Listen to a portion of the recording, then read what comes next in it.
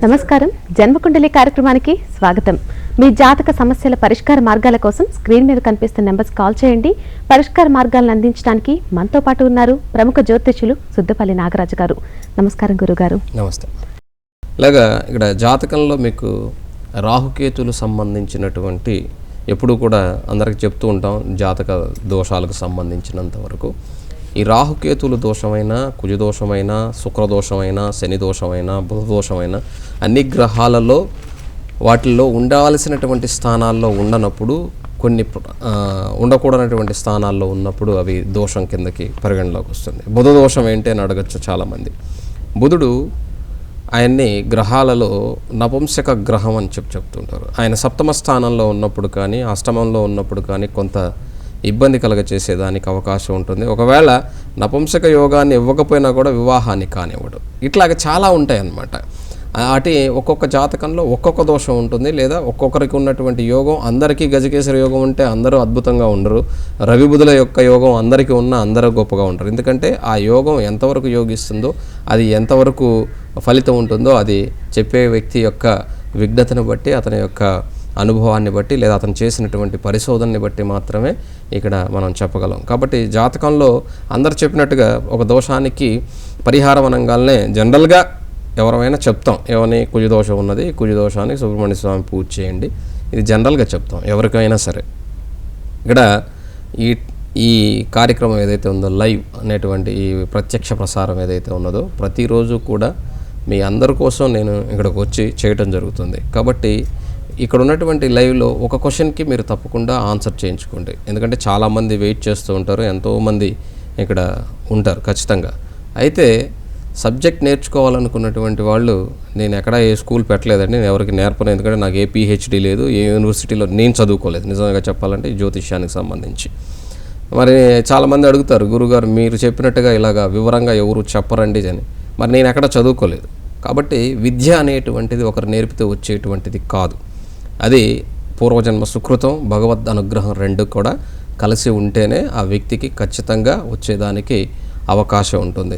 ఏ ఏమంటారంటే కుటుంబ సంబంధంగా చాలామంది అంటారు, వంశపారంపర్యంగా వచ్చిందా లేదా గురుముఖంగా నేర్చుకున్నావా, ఇలా అడిగేవాళ్ళు నన్ను అంటారు. నన్ను చాలామంది కూడా నా గురువు, నేను ఒకటే చెప్తాను, నా గురువు ఈ కలియుగ ప్రత్యక్ష దైవం అయినటువంటి వెంకటేశ్వరుడు, ఆయనే నా గురువు. కాబట్టి వారు అందరికీ గురువు. కాబట్టి అందరి గురువులు కూడా, ఇక నేను ఒక విషయం చెప్పేది ఏంటంటే, గురువులకే గురువు నా గురువు. కాబట్టి నేనే గురువు దగ్గర నేర్చుకోలేదు, ఆ గురువు దగ్గరే నేర్చుకున్నాను. కాబట్టి ఇక్కడ ఉన్నటువంటి ఫలితాలని ఏదైనా కూడా అంత ధైర్యంగా నేను చెప్పగలను. ఇక్కడ నేర్చుకునే వాళ్ళు కూడా భగవద్ అనుగ్రహం ఉండాలి. కాబట్టి ప్రతిరోజు ఏదో ఒక మంత్రాన్ని, తారక మంత్రం కావచ్చు, గాయత్రి మంత్రం కావచ్చు, ఏదైనా ఒక ఉపాసన అనేటువంటిది భగవత్ అనుగ్రహం కోసం తప్పకుండా చేయండి. లేదా బాలా త్రిపుర సుందరి మంత్రం కావచ్చు, బీజాక్షరం కావచ్చు, ఏదైనా సరే ఒకదాన్ని నమ్మి తప్పకుండా చేయండి. అలా చేయటం ద్వారా నేర్చుకునేటువంటి వాళ్ళకి వాక్శుద్ధి కలుగుతుంది. ఆ వాక్శుద్ధి కలిగినప్పుడు వాళ్ళ వాక్లో నుంచి వచ్చేటువంటి ప్రతిదీ కూడా సత్యమై నిత్యమై నిలుస్తుంది. అందరూ శాంతంగా ఉండాలని లేదండి. ఋషులందరూ కూడా శాంతంగా ఎవరు లేరు. వశిష్ఠుడు ఉన్నాడని చెప్పేసి మిగతా వాళ్ళు ఎవరు లేరు. ఋషులందరూ కూడా, పరశురాముడు కోపిస్తుడే, విశ్వామిత్రుడు కోపిస్తుడే, కానీ ఎవరు కూడా లోక కళ్యాణం చేసినటువంటి వాళ్ళే, కానీ ఇంకొకళ్ళ మీద ఎవరు కూడా కోపం ఎవరు పెట్టుకోరు. ఆ కోపం ఏంటంటే, ఒక ఉదాహరణ చెప్తాను. గురువుగారికి నేను కూడా వింటూ ఉన్నాను, నేను ఎవరో నా గురించి అంటూ ఉన్నారు, నేను వింటూ ఉన్నాను. ఆయనకి చాలా కోపం ఎక్కువ అండి అని చెప్పేసి. మనిషికి ఒక్కొక్క నైజం ఉంటుంది. దాన్ని కోపం అని ఎదుటి వాళ్ళు అనుకుంటే అది మీ యొక్క మూర్ఖత్వం అంటారు. నాకే కోపం ఉండదు, కాకపోతే చెప్పేటప్పుడు నా గొంతు దేవుడు అలా ఇచ్చాడు, ఏం చేద్దాం, మనిషిని ఏమో పెట్టంతున్నా గొంతు మాత్రం ఘనంగా గట్టిగా ఇచ్చాడు, దానికి మనం ఏం చేయలేం దానికి. కాబట్టి ఆ చెప్పే విధానం కోసం గట్టిగా చెప్తే వింటారన్నటువంటి ఉద్దేశమే తప్ప అమ్మ బాబు అంటే ఎవరు వినరు. కాబట్టి ఖచ్చితంగా చెప్పేటప్పుడు మాత్రం నేను గట్టిగానే చెప్తాను. ఎందుకంటే గురువు అనేటువంటి వాడు ఈ స్థానంలో కూర్చున్నప్పుడు అదిలించి చెప్పాలి. నేను బయటికి వెళ్తే ఇలా ఉన్నాను, హాయిగా చక్కగా టీషర్ట్ వేసుకొని చిన్నపిల్లలు నన్ను ఎవరు గుర్తుపట్టరు. అక్కడ నేను గురువుని కాదు, ఎందుకంటే ఒక సామాన్యుడిని. ఇక్కడ మాత్రం గురువుని. గురువుగా ఉన్నప్పుడు ఏదైనా చెప్పేటప్పుడు తప్పకుండా అదిలించి చెప్పవలసిందే. అందుకనే కొంచెం గట్టిగా చెప్పవలసి ఉంటుంది, కానీ ఎవరి మీద కోపము ద్వేషము నాకు లేవు. సాధారణంగా ప్రతి ఒక్కరికి సందేహం ఉంటుంది గురుగారు, ఇంట్లో దేవుణ్ణి పూజించేటప్పుడు, రోజు పూజా విధానం చేసేటప్పుడు ఏ మూలగా దేవుణ్ణి పెట్టుకోవాలి, ఈశాన్య మూలలో పెట్టుకోవాలంటారు. అలా కుదిరిన వాళ్ళకి ఏ విధంగా చేస్తే బాగుంటుంది? ఇక్కడ భగవంతుడు సర్వవ్యాపి అయి ఉంటాడమ్మా. కాకపోతే భగవంతునికి ఒక స్థానం అంటూ ఎక్కడ ఏర్పరిచారంటే, మన వాళ్ళు నిజంగా ఒక ఇల్లుంది, ఒక అపార్ట్మెంట్ ఉందనుకుందాం. ఆ అపార్ట్మెంట్కి నైరుతి భాగంలో మన ఇల్లు ఉందనుకుందాం. మరి నైరుతిలో దేవుడు ఉన్నాడు కదా, మరి మా అపార్ట్మెంట్ని మొత్తం చూడం, ఆ రూమును మాత్రమే చూస్తాం. లేదా అపార్ట్మెంట్లో ఉన్నటువంటి మనకు ఉన్నటువంటి 4 రూముల్లో ఈశాన్యంలోనో, లేకపోతే వీలైతే తూర్పు గదిలోనే పడమట వైపుగా. చాలామందికి తెలియంది ఏంటంటే తూర్పుగా మనం కూర్చొని దేవుడు పడమరగా ఉండాలని చెప్పేసి చెప్తూ ఉంటారు. కానీ నా చిన్నతనం నుంచి మా ఇంట్లో కానీ నాకు తెలిసినటువంటి దాంట్లో మేమేం చేసేవాళ్ళం అంటే పడమటి ఇల్లు అనేది మాకు ఇల్లు ఉండేది. అది తూర్పుగా దేవుణ్ణి చూసేట్టుగా పెట్టుకొని మేము పడమటగా దేవుణ్ణి ఉంచుకొని గుడిలో ఎలా ఉంటాడో అలాగ పెట్టుకునేవాళ్ళం. దానికి కారణం ఏంటంటే మన ఇంట్లో ఉన్నటువంటి విగ్రహాలు, చిన్న చిన్న విగ్రహాలు ఉన్నట్లయితే స్వామిని తూర్పుగా, అంటే ఆయన తూర్పు మొహం చూడాలి, అంటే సూర్యోదయం ఆయన మీద పడాలి, మనం పడమర దిశగా ఉండి దండం పెట్టుకోవాలి. అదే మన ఇంట్లో ఏదైనా పటాలు, అంటే విగ్రహాలు లేకుండా చిన్న వాల్ పోస్టులు కానీ పటాలు కానీ ఉన్నట్లయితే సూర్యుని దిక్కుగా పటాలు పెట్టి మనం సూర్యుని చూసే విధంగా పెట్టుకోవటం చాలా ఉత్తమం. కానీ ఎటు పెట్టినా భగవంతుడు సర్వవ్యాపి, మనలో ప్రేమ ఉండాలి. భక్తి ఎలా ఉండాలంటే అమృతతుల్యమైనటువంటి ప్రేమ ఉండాలి. ఎదుటివాడు నాశనం అయిపోవాలి, నాకు అది కావాలి ఇది కావాలి అన్నటువంటి ప్రేమ కాదు. భగవంతుని మీద నిస్వార్థమైనటువంటి, నాకు ఇచ్చినటువంటి కష్టాన్ని దాటగలిగే శక్తిని ఇవ్వు తండ్రి అని చెప్పి ప్రార్థన చేయాలి. లేదా నాకు జ్ఞానాన్ని ఇవ్వు, ఆ జ్ఞానంలో నుంచి నాకు అమితమైనటువంటి శక్తిని ప్రసాదించు, దాని వలన ఈ జీవితాన్ని సాగించేందుకు కావాల్సినటువంటి స్థితిని గతిని నాకు కలిగించని భగవంతుని ప్రార్థన చేయాలి తప్ప నాకు ఎదుటివాడి మీద కోపంతోనో ద్వేషంతోనో నువ్వు పూజ చేసినట్లయితే అది తిరిగి నీకే అది చెడుగా లభిస్తుంది. ఎందుకంటే ప్రేమ అందిస్తే మనకి ప్రేమే తిరిగి వస్తుంది. ఉదాహరణకి మన ఇంట్లో ఉండేటువంటి ఒక చిన్న పెంపుడు జంతువుని తీసుకుందాం, ఒక కుక్కని తీసుకుందాం. అది ఒక ప్రేమతో దారిని పోయేటువంటి దాన్ని కూడా ఒక ముద్ద వేసామనుకోండి, ఇంకా రోజు అదే టయానికి తోక ఊపుకుంటూ అక్కడికి వస్తుంది. అంటే దాని ప్రేమ ఇచ్చాం కాబట్టి అది ప్రేమతో అక్కడికి వస్తుంది. దాని అవసరం ఉంది, అక్కడ లేదండి, దానికి ఆకలిస్తుంది, మనం పెడుతున్నాం కాబట్టి. కానీ విశ్వాసం ఉండాలి. తిన్నంత మాత్రం చేస్తా విశ్వాసం ఉంటుందని గ్యారెంటీ లేదు. కాబట్టి భగవంతుని యొక్క ఆరాధన చేసేటప్పుడు మనిషి ఈ కలియుగంలోనే కాదు, ఈ ప్రపంచంలో పుట్టినప్పటి నుంచి కూడా అన్ని జీవుల కన్నా కూడా భగవంతుడు తెలివినిచ్చాడు మనిషికి. అలాగే ఎక్స్ప్రెస్ చేయగలిగేటువంటి మాటనిచ్చాడు, వీటన్నిటిని ఇచ్చాడు. కానీ మనిషి ఏం చేస్తున్నాడు? ఉదాహరణ ఒక చెట్టుని తీసుకుందాం. ఆ చెట్టుని మనం కానీ కాపాడినట్లయితే అది శాఖోపశాఖలుగా విస్తరించి దాని యొక్క ఫలాలను, పుష్పాలను, ఆఖరికి అది ఎండిపోతూ కూడా తన యొక్క దేహాన్ని ఈ మానవుడికి ఉపయోగపడే విధంగా భగవంతుడిస్తే, అదే మనిషి తనకు తన తోడుగా ఉండవలసినటువంటి మనుషుల మీద ద్వేషంతో, ఇవన్నీ కూడా కారణాలు. కాబట్టి జాతకంలో ఏదైతే ఉన్నదో భగవంతుడు ఎప్పుడు ఎవరికి కూడా శాపాన్ని ఇవ్వడు. ఇది గుర్తుపెట్టుకోండి. చాలామంది అనుకుంటారు భగవంతుడు శాపాన్ని ఇస్తారు. భగవంతుడు శాపాన్ని ఇవ్వడు. ఇప్పుడు పితృశాపాలని చెప్తూ ఉంటాం. దానికి కారణం ఏమంటే మనం జీన్స్ అంటాం కదా, మనం శరీరంలో ఉండేటువంటి జీన్స్ ఏవైతే ఉన్నాయో మన వంశీకుల నుంచి ఇటువంటి వంశపారపర్యంగా వచ్చేటువంటి జీన్స్ మనలోనే ఉంటాయి. అంటే వాళ్ళు అందించినటువంటి జీవితం ఈ జీవితం. కానీ వాళ్ళకి చేయవలసినటువంటి పితృకర్మలు ఏవైతే ఉన్నాయో, అంటే వాళ్ళని తలుచుకుని కనీసం ఒక్కసారైనా సరే వాళ్ళ కోసం ప్రకృతిలో ఒక ముద్ద వాళ్ళ కోసం పెట్టకపోతే అది శాపం అవుతుంది. భగవంతుడి యొక్క శాపం కాదు అది. ఇంకొకటి నాగదోషం అని చెప్తూ ఉంటాం జాతకాల్లో. ఆ నాగదోషం ఎలా ఉంటుంది అంటే ఏదో మీ సర్పాన్ని చంపటం వలనో లేకపోతే ఇంకొకటో కాదు. మన శరీరంలో ఉన్నటువంటి శుక్రకణాల యొక్క సంఖ్య ఏదైతే ఉన్నదో సైంటిఫిక్గా చెప్పాలంటే దాని వలన అది ఇబ్బంది కలుగుతుంది. ఇప్పుడు చాలామంది యాగాలు యజ్ఞాలు చెప్తూ ఉంటారు. మీకు ఒక పచ్చి నిజం చెప్తాను, వినండి. ఏంటంటే అశ్వమేధ యాగం అనేటువంటిది ఒక యాగం ఉన్నది. అది మీ అందరికీ తెలుసు. అది పురాణాల్లో మీరు చదివి ఉంటారు, విని ఉంటారు. అది కొంతవరకు మాత్రమే చెప్పగలరు. ఎంత గొప్పగా చెప్పేటువంటి మన వేద పండితులు కావచ్చు, ఇంకొకళ్ళు కావచ్చు, పబ్లిక్గా చెప్పమానండి. అశ్వమేధ యాగం పూర్తిగా చెప్పమానండి. గుర్రం తిరిగి వచ్చిన తర్వాత ఏం చేస్తారో చెప్పమానండి. ధైర్యం ఉంటే దమ్ము ఉంటే చెప్పమని చెప్పండి. చెప్పలేరు. ఎందుకంటే ఈ భారతదేశంలోనే ఉన్నటువంటి వాటిల్లో, అంటే మనకున్నటువంటి పురాతనమైనటువంటి వాటిలో మనం ఎంచుకోవటం కాదు, కొన్ని తప్పనిసరి పరిస్థితుల్లో మన గుండెను కోసి గుండె పెట్టవలసి వచ్చినప్పుడు ఆ గుండెని మాంసంగానే పెడతారే తప్ప ఇంకొక దాన్ని తెచ్చి అక్కడ పెట్టరు. గుండె మాంసంగా ఉంటుంది కాబట్టి అక్కడ ఇంకోటి పెట్టరు. అదే ఐరన్ పెట్టినా కూడా అది ఉండదు, స్టీల్ పెట్టినా కూడా గుండె ఉండాలి. ఉంటే దానికి ఒక పేజర్ లాంటి మిషన్ పెట్టి అది కొట్టుకునేలాగా చేస్తారే తప్ప మొత్తం ఇనప గుండెని తయారు చేసి పెట్టేదానికి ఇంకా టైం పడుతుందేమో నాకు తెలిసినంతవరకు. ఇంకా అది ఇబ్బంది పడే పరిస్థితి లోపల ఫిక్స్ అయి ఉండదు అనమాట. అలాగా ఒక్కొక్క దోషానికి ఒక్కొక్క రకమైనటువంటి పరిహారం పూర్వీకులు మన వాళ్ళు చెప్పున్నారు. ఈ రోజున సైంటిఫిక్గా దాన్ని ఏ విధంగా చేయాలో చెప్పేదానికి ఆలోచన లేక ఈ యజ్ఞాలు యాగాదులు వచ్చేసి ఈ కలియుగంలో భగవంతుడే చెప్పాడు పనికిరావు, ఒకటే పనికొస్తుంది. ఒకటి ఏంటంటే నామం, స్మరణం, భక్తి. ఈ భక్తిలో ఉన్నటువంటి నవవిధమైనటువంటి భక్తిలో మీరు భగవంతుణ్ణి సేవించినట్లయితే తప్పకుండా మీకున్నటువంటి దోషాలు కానీ లేకపోతే అక్కడ పూర్తిగా తొలగిపోవు. కర్మను ఎవడు తొలగించుకుంటాడు అంటే ఆ కర్మను అనుభవించినాడు అని మాత్రమే తొలగించుకుంటాడు. కాబట్టి ఈ కర్మ సిద్ధాంతం ప్రకారం అక్కడ ఏదైతే ఉన్నదో దానికి సంబంధించి మీకు నేను చిన్న చిన్న రెమెడీస్ ఇంట్లో చేసుకునే విధంగా తప్పకుండా చెప్పడం జరుగుతుంది. ఇందాక చెప్పాను అశ్వమేధ యాగం గుర్రం తిరిగి వచ్చిన తర్వాత ఏం చేస్తారని చెప్పమని చూస్తాను. మీరు వింటూ ఉంటారు కదా చాలా పెద్దవాళ్ళ యొక్క ఉపన్యాసాలు, మీరు ధైర్యంగా అడగండి, వాళ్ళ ధైర్యంగా పబ్లిక్గా చెప్తారని చూస్తాను, చెప్పరు. కాబట్టి అది వేదాల్లో ఉన్నటువంటి రహస్యాలు ఇవన్నీ కూడా మనిషి యొక్క పరిజ్ఞానానికి అందలేవు. కాబట్టి ఎవరికి ఏమి చెప్పాలో ఏది చెప్పకూడదో దాచిపెట్టడం జరుగుతుంది. గాయత్రి మంత్రం ఉంది, మీ అందరికీ తెలిసినటువంటి గాయత్రి మంత్రం విశ్వామిత్ర మహర్షి ప్రపంచానికి పరిచయం చేశాడు. దాన్ని ఇంకెవరూ పరిచయం చేయలేదు. వేదాల్లో ఉన్నటువంటి దాన్ని ప్రపంచానికి. అలాగే అష్టాక్షరి మంత్రాన్ని రామానుజుల వారు కంచి వరదరాజ పెరుమాళ్ కోవిల పైకెక్కి మరి నేను ఒక్కడిని నరకానికి పోయినా పర్వాలేదు, నా జనులంతా కూడా స్వర్గానికి పోవాలని ఆయన అష్టాక్షరి మంత్రాన్ని బయట ప్రపంచానికి వదిలి ఇలాగ మహానుభావులు రావటం వలన వాళ్ళందరికీ కూడా కోపం ఉంది. రామానుజుల వారు కూడా చాలా కోపం. అలాగే విశ్వామిత్రుడు చాలా అంత మాత్రం చేత లోక కళ్యాణమే చేశారు తప్ప ఎవరైనా కూడా ఎవరు కూడా చెడు చేయరు. ఎవరి కోపం ఎవరిని ఏమి చేయలేదు, వాళ్ళనే దహించి వేస్తుంది. ఇప్పుడు నేను కోపడ్డా అనుకోండి, నాలో ఉన్న బీపీ నన్నే తినేస్తుంది. అది కోపం అంటే బీపీయే కదా, బ్లడ్ ప్రెషర్ బాగా పెరగటం వల్ల నేను కోపడుతూ ఉన్నాను అనుకోండి, అది నాకు లో బీపీగా పెరిగి హై బీపీగా పెరిగి ఏమవుతుంది, నన్నే నాశనం చేస్తుంది. కాబట్టి అది మనిషి యొక్క వాక్ శుద్ధి ఏదైతే ఉన్నదో దాన్ని వాక్ గట్టిగా చెప్పాలన్నటువంటి ఒక ఇది, లేదంటే ఒక కుతూహలం, నా సబ్జెక్ట్ని ప్రపంచానికి ఇంకా గొప్పగా చెప్పాలన్నటువంటి ఒక ఆతృతతో ఇక్కడ కొంచెం గట్టిగా అదిలించి చెప్పడం జరుగుతుంది.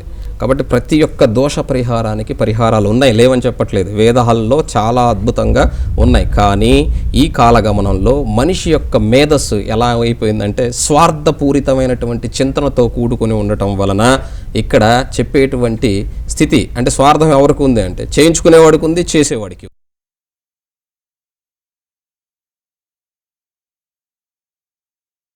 అప్పుడు పూర్వం విలేజ్ల్లో ఏంటంటే ఒక అయ్యవారు ఉన్నట్లు లేదా ఒక జ్యోతిష్యుడు ఉన్నాడంటే అతనికి మంచి చెడులు చెప్పేటువంటి ఒక ఇది ఊరందరూ కూడా అతనికి లేచిన కానించి మంచి చెడులు మాత్రమే చెప్పేవాడు. వాళ్ళు చేసినటువంటి శ్రమలు అంటే వాళ్ళకి పండినటువంటి పంటలు ఒక గుమ్మడికాయ పండితే తీసుకొచ్చి వాళ్ళ ఇంట్లో పడేసేవాళ్ళు. ఈయనకి అది చేత కాదు పండించుకోవటం. కానీ ఈ రోజున అలా లేదు, ప్రతిదీ కొనుక్కోవాల్సి వస్తుంది. కొనుక్కోవాలంటే ద్రవ్యం కావాలి, ద్రవ్యం కావాలంటే మరి ఊరికినే ఎవరు జ్యోతిష్యం కావచ్చు లేకపోతే దోష పరిహారాలు కావచ్చు ఎవరు మీకు చెప్పరు. ఒకవేళ మీకు ఎంతోమంది చాలామంది అడుగుతారు, గురుగారు ఎవరెవరి దగ్గరికి వెళ్ళాం, పేరు మార్చుకోమన్నారు, నంబర్ మార్చుకోమన్నారు, అయినా కూడా నాకు ఇది జరగలేదు. నేను ఒక్కటే చెప్తాను, వాళ్ళ దగ్గర వీళ్ళ దగ్గర నేను ఒక్కటే, నా దగ్గర చెప్పొద్దు దయచేసి. మీకు నేను చెప్పేది నచ్చినట్లయితే నా దగ్గరికి రావాలనుకుంటే కూడా నేను రాని, అదే చెప్తున్నాను. ఎప్పుడైనా ఏదైనా నా పని మీద నేను ఏదైనా ఊరు వచ్చినప్పుడు మీరు కలవాల్సిందే తప్ప నేరుగా నా దగ్గరికి నేను రానేను కూడా, ఎవరితో కూడా నేను నేరుగా వెళ్ళి మాట్లాడను. కారణం ఏమంటే ఇక్కడ ఫోటోలో చూసినట్టుగా లేదా కెమెరాలో చూసినట్టు మీకు నేను బయట అక్కడ కనపడను. నా ఇంటికి వచ్చి నన్నే అడుగుతారు, గురుగారు ఇంకా రాలేదే అని. ఎందుకంటే నేను బయట అలా ఉండను. నేను పోయి మేకప్ వేసుకొని బొట్టు పెట్టుకొని, బొట్టు అయితే పెట్టుకుంటాను కానీ ఇలా కోట్ వేసుకొని అలా ఉండను. ఏదో టీ షర్ట్ వేసుకొని చక్కగా ప్యాంట్ వేసుకొని ఇంట్లో ఉంటే చిన్నపిల్లలాగా ఉంటాను. స్క్రీన్ మీద ఇక్కడ ఎలా కనపడతానంటే కొంచెం పెద్దోళ్ళలాగా మీకు. నా ఇంటికి వచ్చి నన్నే అడిగిన వాళ్ళు ఉన్నారు, ఇంత చిన్నపిల్లోడు నీకోసం ఇంత దూరం వచ్చామని ఒక ఆమె అయింది. అప్పటి నుంచి నేను అసలు రాను దగ్గరికి కూడా. మీకు కావాల్సిన సబ్జెక్టా లేకపోతే నా యొక్క హావభావాలా, మీకేం కావాలి, నా వేషంతో మీకేం పని? మీకు కావాల్సింది సబ్జెక్టు, అందులో ఉన్నటువంటి స్థితి, హావభావాలు. అదే జ్యోతిష్యుడు అంటేనే రుద్రాక్షలు వేసుకొని చేతికి ఉంగరాలు పెట్టుకొని ఉంటారా, నేనేం ఉంగరం పెట్టుకోను. ఎందుకంటే నాకు నా దేవుడి మీద నా గురువు మీద అమితమైనటువంటి విశ్వాసం ఉన్నది. అందుకే నేను అంత గట్టిగా మాట్లాడతాను. దేన్నైనా సరే నేను చర్చిస్తాను, అది ఎంత పెద్ద గురువు అయినా సరే. ఎందుకంటే నా గురువే నాతో ఉండి మాట్లాడిస్తాడు కాబట్టి అంత గొప్ప విశ్వాసం నాలో ఉంది. అందుకే జ్యోతిష్యం చెప్పేటప్పుడు, పరిహారం చెప్పేటప్పుడు ఏదైనా సరే అంత ధైర్యంగా గొప్పగా చెప్తాను. చిన్నప్పటి నుంచి నేను అదే చెప్తున్నాను, నేను నా కుటుంబం కానీ ఏదైనా కూడా ఈ నేపథ్యంలోంచి వచ్చినటువంటిది కాదు. నా తండ్రి చక్కగా వ్యవసాయం చేస్తాడు కాబట్టి పోతన కూడా వ్యవసాయం చేశాడు. అంత మాత్రం చేత ఎవరు కూడా కుటుంబ నేపథ్యం నుంచి ఎవరు రారు. మనం చేసేటువంటి కర్మ వలనే మనకి కులమైన గోత్రమైన ఏదైనా వర్తిస్తుంది తప్పకుండా. పుట్టుక వల్ల ఎట్టి పరిస్థితిలో రాదు. వశిష్ఠుడు చక్కని గురువు, మరి అరుంధతి ఆమె పుట్టుకతో మరి వచ్చే పని అయితే మరి అరుంధతి ఎవరు మీ అందరికీ తెలుసు. మరి కాబట్టి ఆమె గొప్ప నక్షత్రాల్లో ఒక నక్షత్రంగా వెలిగి ఈ రోజున పెళ్ళిళ్ళు అయితే ఆమెను చూపిస్తారే మహాతల్లిని, ఆమెను చూడండి, ఆమె ఆశీర్వాదం పొందని చెప్పేసి మనమే వర్ణ వ్యవస్థని ఏర్పరచుకున్నాము తప్ప ఎక్కడ భగవంతుడు వర్ణ వ్యవస్థ పెట్టలేదు. దానికి ఉదాహరణ చెప్తాను మీకు, వర్ణ వ్యవస్థ ఎలా వచ్చిందని. దానికి కృష్ణుడు చెప్పినటువంటి 4 అందరూ చెప్తారు, కృష్ణుడు 4 వర్ణాలు చెప్పాడు కదా. 1 బ్రాహ్మణ, 2 క్షత్రియ, 3 శూద్ర, వైశ్య శూద్ర అని చెప్తూ ఉంటారు. వీటిల్లో జ్ఞానానికి సంబంధించినటువంటి వాడు బ్రాహ్మడు. అంటే నెత్తిలోంచి ముఖంలోంచి పుట్టాడంటే మాట ఎక్కడి నుంచి వస్తుంది? జ్ఞానం అంటే ముఖంలో నుంచి వస్తుంది. కాబట్టి ముఖంలోంచి పుట్టాడని చెప్పారు. ముఖంలోంచి ఎవరు పుట్టరు? భగవంతుని యొక్క జ్ఞానము పరిజ్ఞానము అతనికి ఉన్నది కాబట్టి అతన్ని బ్రాహ్మడు అన్నారు. బాహువుల్లోంచి పుట్టాడు క్షత్రియుడు, నువ్వు ఎవరైనా కొట్లాడాలంటే చేతులతో కొట్లాడాల్సిందే ఫస్ట్, అందుకనే బాహువుల్లో నుంచి పుట్టాడు అని చెప్పారు. తర్వాత అనుసంధానం, కింద భాగానికి పై భాగానికి అనుసంధానం ఈ తొడలు. కాబట్టి ఈ తొడభాగం నుంచి పుట్టినటువంటి వాడు వైశ్యుడు అని చెప్పారు. ఆయన ఏం చేస్తాడు? మార్కెటింగ్ చేస్తాడు. అక్కడ ఉన్న పంటను ఇక్కడ తెచ్చి ఇక్కడ ఉన్నటువంటి దాన్ని అక్కడ మారుస్తూ ఉంటాడు. దాన్ని వైశ్యులు చేసేటువంటి పని అని చెప్పారు. మిగతా వాళ్ళంతా కూడా పాదాల్లో చేసి, పాదం ఏం చేస్తుంది? ఈ దేహం మొత్తం ఈ వ్యవస్థనంతటి కూడా మోస్తుంది అది. కాబట్టి మిగతా పనులు చేసే వాళ్ళందరినీ కూడా శూద్రులు అన్నారు. ఒక ఫ్యాక్టరీ ఉన్నట్లయితే ఆ ఫ్యాక్టరీ యజమాని దేవుడు. అక్కడ పరిపాలనా విభాగం అని చెప్పేసి ఒక అడ్మినిస్ట్రేటర్ ఒకటి ఉంటుంది. ఫస్ట్ వాళ్ళందరికీ అడ్వైజర్ ఉంటాడు. ఆ కంపెనీ ఎలా బాగుపడాలి, ఏ విధంగా చేస్తే బాగుంటుంది అని చెప్పేసి ఆ యజమానికి చెప్పేటువంటి ఒక అడ్వైజర్ ఉంటాడు. ఆ అడ్వైజరే బ్రాహ్మణులు. అడ్వైజర్ ప్రతి ఒక్కళ్ళు ఉంటుంది, అడ్వైజరీ కమిటీ అని ఉంటుంది, అడ్వైజర్స్ ఉంటారు ఒక కంపెనీ బాగుపడాలంటే. తర్వాత అడ్మినిస్ట్రేషన్ డిపార్ట్మెంట్ అని ఉంటుంది ఆ కంపెనీకి, దాన్ని పరిపాలనా విభాగము అంటారు, వాడే క్షత్రియుడు. తర్వాత మార్కెటింగ్ డివిజన్ ఉంటుంది ఇప్పుడు అన్నట్టుగా, అక్కడ ఇక్కడ అంటే మార్కెట్ చేసేవాళ్ళు, వాళ్ళు వైశ్యులు. మిగతా ఆఫీస్ బాయ్ దగ్గర నుంచి కంపెనీలో పనిచేసేటువంటి అందరూ కూడా కార్మికులందరూ కూడా శూద్రులు. ఒక్కొక్కళ్ళు ఒక్కొక్క డిపార్ట్మెంట్లో పనిచేయడం వల్ల కమ్మరి పని చేస్తే ఆయన, కుమ్మరి పని చేస్తే కుమ్మరి ఆయన అయ్యాడు. అట్లాగా ఒక్కొక్కళ్ళు యొక్క జాతిని గుర్తుపెట్టుకునేదానికి చేశారు తప్ప ఎక్కడ వర్ణ వ్యవస్థని ఎక్కడా కూడా చెప్పబడలేదు. కాబట్టి అది మనం ఒక వ్యవస్థ నడవటం కోసం మనం చేసుకున్నటువంటి తప్పిదాలే తప్ప ఎక్కడా కూడా భగవంతుడు పెట్టలేదు. భగవంతుడి మీద మాత్రం దయచేసి అనద్దు. అందరూ చాలామంది అంటారు భగవంతుడు కష్టాలు పెట్టాలి, తప్పు. ఒక ఆయన ఈరోజు ఉదయం ఫోన్ చేశాడు ఆస్ట్రేలియా నుంచి. ఆయన 2 సంవత్సరాల క్రితం ఆయన ఫ్రెండ్ నా దగ్గరికి తీసుకొచ్చారు. ఆ ఫ్రెండ్ ఎలా వచ్చాడంటే, జీ తెలుగులో నేను అనుగ్రహం అనేటువంటి ఒక ప్రోగ్రాం వచ్చేది, జీ తెలుగులో 2012లో నా ప్రోగ్రాం. ఆ ప్రోగ్రాంలో చూసి ఒక ఆయన నా దగ్గరికి వచ్చాడు. ఇక హైదరాబాద్లోనే ఉంటాడు ఆయన, హబ్సిగూడలో ఒక ఆఫీస్ పెట్టి ఈ రోజున పెద్ద రియల్ ఎస్టేట్ బిల్డర్గా ఉన్నాడు. ఆ రోజున నా దగ్గరికి వచ్చేటప్పుడు ఆయన మీద ఒక కేసు ఉంది. ఆ కేసుకి వెళ్తే శిక్ష పడుతుంది. నా దగ్గరకు వచ్చాడు. నా ఇంటి దగ్గర జనాభా ఉన్నారు, గజగజ వణుకుతూ నిలబడ్డాడు. నాకు ఫీజు ఇచ్చేదానికి కూడా ఆయన చేతిలో డబ్బులు లేవు నిజంగా చెప్పాలంటే. అందరూ అయిపోయిన తర్వాత అప్పటి వరకు వెయిట్ చేశాడు వణుక్కుంటూ. కాబట్టి వచ్చిన తర్వాత ఆయన జాతకం చూసి, నీకు ఆయుష్ ఉంది, నీకు ఎటువంటి శిక్ష పడదు, నువ్వు షిరిడి వెళ్ళు బాబా దగ్గరికి, నాకేం ఫీజు ఇవ్వద్దని చెప్పి వెళ్ళాడు బాబా దగ్గరికి. ఆ కోర్టులో కేసు కొట్టేశారు. ఆయనకి 12 కోట్ల రూపాయల ఆస్తి కలిసి వచ్చింది. కనీసం కృతజ్ఞతాభావంతో కూడా ఎవడు మనిషిని కలవడండి, నిజం చెప్తున్నాను. ఈ రోజున ఆయన బ్రహ్మాండంగా ఉన్నాడు. ఆయన ఫ్రెండ్ నాకు ఫోన్ చేశాడు, ఇలా ఉన్నాడు గురుగారు, మళ్ళీ ఏమన్నా వచ్చాడని. ఏం రాలేదు బాబు, ఆ రోజే చెప్పాను కదా మళ్ళీ నా దగ్గరికి రావద్దని చెప్పి. రాలేదని చెప్పి కనీసం అతనికి కూడా నా దగ్గరికి తన ఫ్రెండ్ని తీసుకొచ్చినందుకు కూడా అతను ఏం చేశాడంటే, నేను భద్రాచలం వెళ్ళమన్నాడు కదా, నన్ను కూడా తీసుకెళ్ళు, నాకు కూడా ఒక పార్టీ ఇవ్వని అడిగాడంట. మనుషులు ఎలా ఉన్నారు కాబట్టి నేను అందుకే ఎవరిని దగ్గరికి రానివ్వను. అందరూ స్వార్థ చింతనతోనే ఉంటాడు, అవతల వాడి స్వార్థం మనకెందుకు అంటుతుంది. కాబట్టి దయచేసి భగవంతుడు ఎవరికి ఎప్పుడు కష్టాలు ఎవరు, మనమే వాటిని కొని తెచ్చుకుంటాం. కాబట్టి కొద్దిగా విఘ్నతతో ఆలోచిస్తే కష్టాలు తొలుగుతాయి. మన కాలర్ లైన్లో ఉన్నారు గురుగారు, మాట్లాడతాం. తున్ నుంచి వీరబాబు గారు, నమస్కారం అండి. నమస్తే మేడం. చెప్పండి, ఎవరి గురించి తెలుసుకోవాలనుకుంటున్నారు? నా గురించి madam. Me date of birth చెప్పండి. డేట్ ఆఫ్ బర్త్ 22 చెప్పండి. 22 11 11 1983 మేడం. 1983 టైం చెప్పండి. మీరు టీవీ చూస్తూ మాట్లాడకండి దయచేసి, గురువుగారు చెప్పేటప్పుడు మాత్రమే టీవీ చూడండి. వీరబాబు గారు మాట్లాడండి. మేడం చెప్పండి, టైం చెప్పండి, పుట్టిన టైం. అదే మీ వాయిస్ అసలు వినిపించట్లేదండి, సరిగ్గా మాట్లాడండి దయచేసి. ఇక్కడ టెక్నికల్గా ప్రాబ్లం వచ్చినట్టుందమ్మా. మీరు దయచేసి టీవీ చూస్తూ మాట్లాడొద్దు. చెప్పదలుచుకున్నది ఏదో నేరుగా ఫోన్లో నాతో date of birth, time of birth, place of birth చెప్పి ఆ తర్వాత చక్కగా మీరు టీవీ చూస్తే బాగుంటుంది. ఎందుకంటే అసలే వాతావరణం బాగాలేదు, దానికి తోడు మీకు అక్కడ ఇబ్బందులు ఉండొచ్చు, సెల్ ఫోన్స్లో సిగ్నల్స్ కానీ. బట్ చూసుకొని మాట్లాడండి దయచేసి. మరొక కాలర్ లైన్లో ఉన్నారు గురుగారు, వైజాగ్ నుంచి సరోజ గారు. నమస్కారం అండి సరోజ గారు, మాట్లాడండి. నమస్తే అమ్మా, చెప్పండి.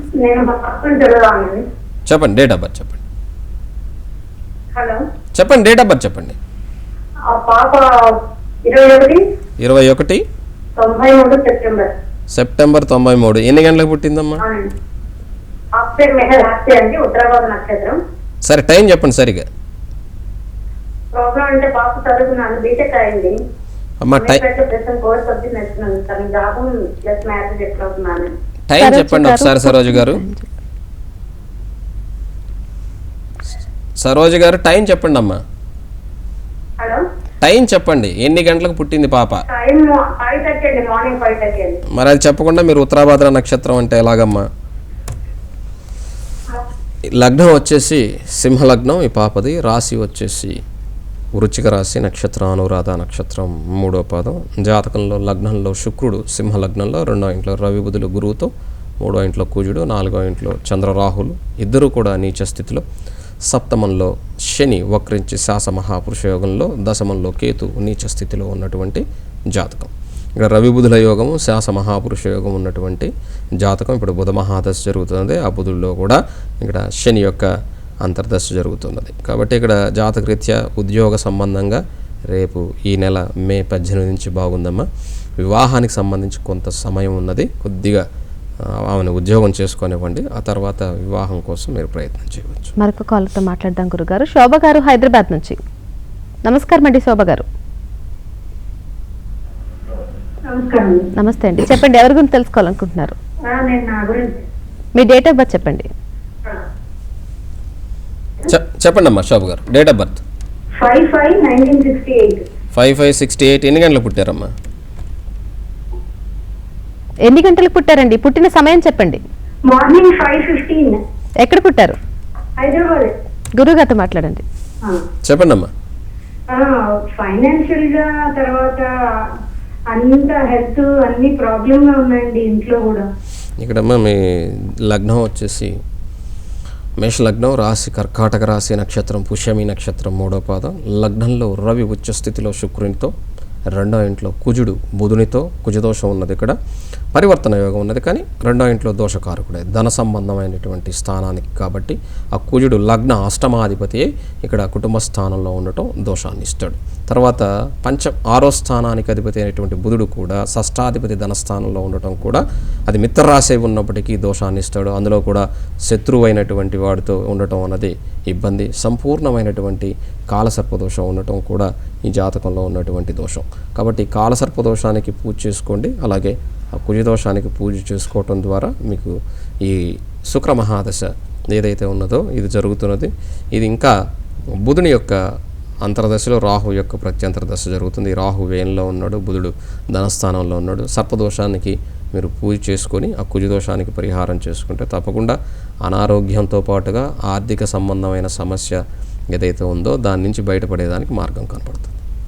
చాలామంది అంటూ ఉంటారు గురువుగారు, కాలసర్పదోషం అనేది ఒకసారి ఉంటే జాతకంలో తర్వాత ఇంకా దాన్ని తిరిగిపోదు అంటూ ఉంటారు. ఏ దోషమైనా సరే అమ్మ, కాలసర్పదోషమే కాదు, ఏ దోషమైనా సరే ఒకసారి జన్మ జాతకంలో ఉన్న తర్వాత 10 ఏళ్ల వయసులో జాతకం రాయించారనుకుందాం, అప్పుడు ఈ దోషాలు ఉన్నాయంటే 25 ఏళ్ల తర్వాత కూడా అదే దోషం ఉంటుంది. జాతకాల్లో ఆ గ్రహాలు అక్కడే ఉంటాయి. కాకపోతే గోచారంలో గ్రహాలు మారుతాయి తప్ప జన్మ జాతకంలో జన్మకుండలు ఏదైతే ఉన్నదో ఆ కుండలిలో ఎట్టి పరిస్థితుల్లో మారు. కాబట్టి వాటి యొక్క దశాంతర దశల ప్రకారమే ఇక్కడ మన యొక్క జీవితం నడుస్తుందని పరాశర మహాముని మనకి చెప్పటం, వింశోత్తరి దశల్ని ఆయన వివరించి చెప్పినటువంటి పద్ధతి ఈ కలియుగంలో ఆయన చెప్పినటువంటి సిస్టమే ఇంకా కూడా 80% నుంచి 90% కూడా ఆయన చెప్పిన పద్ధతినే ఫాలో అవుతాం అందరం కూడా.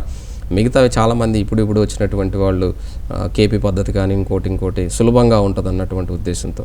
ఎప్పుడూ కూడా సులభంగా ఉండేటువంటిది పైపైన పూత లాంటిది, ఒకటి గుర్తుపెట్టుకోండి. పరాశరుడు చెప్పినటువంటి జ్యోతిష్యం దాని లోపలికి వెళ్ళి సముద్రంలో ఉన్నటువంటి పైపైన చూస్తే నొరక దొరుకుతుంది లేదా చిల్లి గవ్వలు దొరుకుతాయి. అదేవిధంగా సముద్రం లోపలికి వెళితే ఏం దొరుకుతాయంటే విలువైన ముత్యాలు రత్నాలతో పాటుగా అద్భుతమైనటువంటి ప్రపంచం కింద ఉంటుంది. కాబట్టి జ్యోతిష్ శాస్త్రం అన్నటువంటి ఒక మహాసాగరం. ఆ సాగరంలో పైపైన నురగలు చూసి భయపడకూడదు, అలలు చూసి భయపడకూడదు, ఆ పిచ్చిగవలు ఎరుకోకూడదు. అందులో ఉన్నటువంటి డెప్త్కి వెళ్ళగలిగితేనే పరాశరుడు చెప్పినటువంటి వింశోత్తరి దశల్లో మహాదశ, అంతర్దశ, ప్రత్యంతరదశ, అలాగే ప్రాణదశ, సూక్ష్మదశగా వివరించి విడగొట్టుకొని అందులో ఏవైతే ఉన్నాయో వాటిని చూడగలిగితేనే భావ ఫలితాలను చెప్పగలిగితేనే ఫలితాలు ఉంటాయి. నేను కూడా 100% చెప్తానని చెప్పను. ఎందుకంటే ఎవరి జాతకంలో కూడా 100% చెప్తే మనకు కూడా అహంభావం వస్తుందని భగవంతుడు దాని కర్మను కొంతవరకు చెప్పగలుగుతాడే తప్ప మిగతాది చెప్పనివ్వడు. కొంతమందికి చెప్తాం, మరణంతో సహా చెప్తాం, కానీ అతనికి అది చెప్పవలసినటువంటి సమయం వచ్చినప్పుడు మాత్రమే దాన్ని చెప్పడం జరుగుతుంది. అందరికీ చెప్పాలంటే మాత్రం కష్టం అవుతుంది. కాబట్టి 80% వరకు అక్కడ తీసుకొచ్చి చెప్పడం, జాతకంలో చెప్పడం జరుగుతుంది. అంతేగాని మా ఇంట్లో నేను గోంగూర పచ్చడి తిన్నానా లేదా చెప్పు అంటే అది కుదరదు. ఎందుకంటే జ్యోతిష్య శాస్త్రం ప్రకారం ప్లానెట్స్ వివరణ మొత్తం చెప్పగలిగితే ఎలా అవుతుందంటే యువతలు చెప్పేవాడు పిచ్చోడైపోతాడు. కాబట్టి ఈ యొక్క ప్లానెట్స్ ఏవైతే ఉన్నాయో వాటికి సంబంధించినటువంటి లోతుగా వెళితే మాత్రం తప్పకుండా మనకు జరిగే మంచి చెడుల గురించి తప్పకుండా తెలుసుకోవచ్చు. కర్మను మాత్రం ఎవరు తప్పించుకోలేరు, ఇది గుర్తుపెట్టుకోండి. మరొక కాలర్ లైన్లో ఉన్నారు గురుగారు, ఖమ్మం నుంచి. నమస్కారం అండి. హలో, నమస్కారం అండి, చెప్పండి ఎవరి గురించి తెలుసుకోవాలనుకుంటున్నారు? మా బాబు గురించి అండి. ఆయన డేట్ ఆఫ్ బర్త్ చెప్పండి. మా బాబు గురించి. మీరు టీవీ వాల్యూమ్ తగ్గించాలమ్మా, లేదంటే మీ లైన్ కట్ అయిపోద్ది. మీ టీవీ వాల్యూమ్ ఇక్కడ వినపడుతుంది. చెప్పండి, డేట్ ఆఫ్ బర్త్ చెప్పండి. 1992 జూలై 30. 30 జూలై 92. ఎన్ని గంటలకమ్మా? గురువారం మధ్యాహ్నం 2:30 2:30 నిమిషాలు. ఏ ఊర్లో పుట్టాడు మీ అబ్బాయి? ఖమ్మంలో. మీ అబ్బాయి లగ్నం వృశ్చిక లగ్నం, రాశి వచ్చేసి కర్కాటక రాశి, నక్షత్రం వచ్చి ఆశ్లేష నక్షత్రం 2వ పాదం. కుటుంబ స్థాన రాహు, పరాక్రమ స్థానంలో శని, సప్తమంలో కుజుడు, కుజదోషంలో అష్టమ కేతు, 9వ ఇంట్లో 9వ స్థానాధిపతి అయినటువంటి చంద్రుడు, బుధుడు, రవి, శుక్రుడు ఉన్నటువంటి జాతకం. అలాగే 10వ ఇంట్లో గురువు ఉన్నటువంటి జాతకం. ఉద్యోగ సంబంధమైనటువంటి ఇబ్బందులు ఏమన్నా ఉన్నట్లయితే అవి తప్పకుండా తొలుగుతాయి. కానీ కుజదోషం ఉన్నది, శుక్ర మహాదశ జరుగుతున్నది, తండ్రికి అనారోగ్యం కలిగేదానికి లేదా తండ్రికి ప్రమాదం జరిగేదానికి అవకాశం ఉన్నదమ్మా. చాలా జాగ్రత్తగా ఉండాలి. ప్రతి శుక్రవారం కూడా లేదా మంగళవారం కానీ దుర్గా గుడికి వీళ్ళ ఫాదర్ని వెళ్ళమని చెప్పండి. ఇతని జాతకంలో వృత్తి సంబంధమైనటువంటి దోషం కూడా తొలగిపోయేదానికి రేపు జూన్ 18 నుంచి అవకాశం ఉన్నది. ఎవరైనా సరే, నేను నా పర్సనల్ నంబర్ వేస్తున్నారు మీకు, నేను అదే చెప్తున్నానండి. దయచేసి మీరు ఇక్కడ కాల్ చేసేవాళ్ళు ఇక్కడ కాల్ కలిసినప్పుడు చెప్పించుకోండి. అక్కడ నేను ఊరికి చెప్పనండి. ఏది కూడా ఏ విద్యను కూడా ఊరకిస్తే అలుసుగా ఉంటుంది. ఎన్నో ఏళ్లుగా చెప్తున్నాను, అయినా కూడా ఏదో మా వాళ్ళు ఎగతాలు చేస్తూ ఉంటారు. గురుగారు ఎలా వచ్చి ఇలా ఉన్నాడు, చాలా గొప్పగా ఉంటారు, మీరేంటి ఇంకా ఇలాగే ఉన్నారని చెప్పేసి మా వాళ్ళు ఎగతాలు చేస్తూ ఉంటారు. అందుకని నేను ఎవరిని దగ్గరికి రానివ్వను. ఎవరైనా సరే నా ఫోన్ పర్సనల్గా చేసినప్పుడు దయచేసి నా ఫీజు విన్న తర్వాత మీరు అంతా ఇంత అని చెప్పేసి నన్ను అడగద్దు. మీరు చేసినటువంటి సమయాన్ని బట్టి మీరు ఇవ్వగలరా లేదా అన్నదే నాకు తెలిసిపోద్ది. ఇవ్వలేకపోతే నేనే ఫ్రీగా చెప్తాను చాలామందికి. కాబట్టి అక్కడ ఉన్నటువంటి సమయాన్ని బట్టి నాకు తెలిసిపోతుంది, ఆటోమేటిక్గా తెలిసిపోతుంది. ఎందుకంటే వాడు ఇవ్వగలడా ఇవ్వలేడా అని చెప్పి. అంతా ఇంత ఒక్కొక్కరు మాట్లాడుతూ ఉంటారు. ఎవరు కూడా ఎవరి దాని గురించి కూడా మాట్లాడేదానికి హక్కు లేదు. కాబట్టి మీకు ఇష్టమైతేనే నాతో అపాయింట్మెంట్ తీసుకొని మాట్లాడండి. ఇష్టం లేదనుకోండి, ఓకే గురువుగారు అని చెప్పి సైలెంట్గా పెట్టండి. అది విఘ్నత, అంతే తప్ప వాదన వేసుకోవటం కాదు దయచేసి. ఎందుకంటే నేను మాట్లాడను, మా వాడు మాట్లాడతాడు కాబట్టి సరిపోయింది. అదే నేను మాట్లాడితే అయితే కొట్టినట్టే మాట్లాడతాను.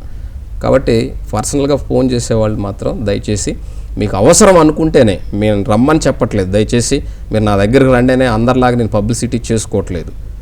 మీకు అవసరం అయితే ఈయన దగ్గరే మనకు సమస్యకు పరిష్కారం దొరుకుతుంది అనుకుంటేనే మీరు నాకు ఫోన్ చేసి రాగలిగితేనే అది కూడా మీరు రావచ్చు. లేదంటే ఫోన్లోని చక్కగా మీరు చెప్పించుకోవచ్చు. లేదా ఎప్పుడన్నా రేపు చెప్పాను కదా 7-8 తారీఖుల్లో విజయవాడలో ఉంటాను. ఒకవేళ మీరు రావాలనుకున్న వాళ్ళు ఎవరైనా సరే అది దానికి ఫోన్ చేసి విజయవాడ వచ్చి మీరు కలవచ్చు. అంతే తప్ప నేరుగా వచ్చి కలుస్తాను కుదరదు. లేదా ఇక్కడ ఫోన్ చేయండి, ఇక్కడ చెప్పించుకోండి, ఒక క్వశ్చన్కి ఆన్సర్ చేయండి. అంతేగాని జీవిత చక్రంలాగా మా వాడి భవిష్యత్తు అంతా చెప్పమంటే బాగుందంటే మీకు సంతృప్తిగా ఉంటుందా? అబద్ధం అవుతుంది. అలా నేను చెప్పలేను. కాబట్టి ఒక క్వశ్చన్ అడగండి, ఆ క్వశ్చన్కి పర్టికులర్గా నేను సమాధానం చెప్తాను. చాలా చక్కగా జాతక వివరాలు తెలియజేశారు గురుగారు, ధన్యవాదాలు. నమస్తే. ఇది ఈనాటి జన్మకుండలి కార్యక్రమం. రేపటి జన్మకుండలి కార్యక్రమంలో తిరిగి కలుసుకుందాం. నమస్కారం.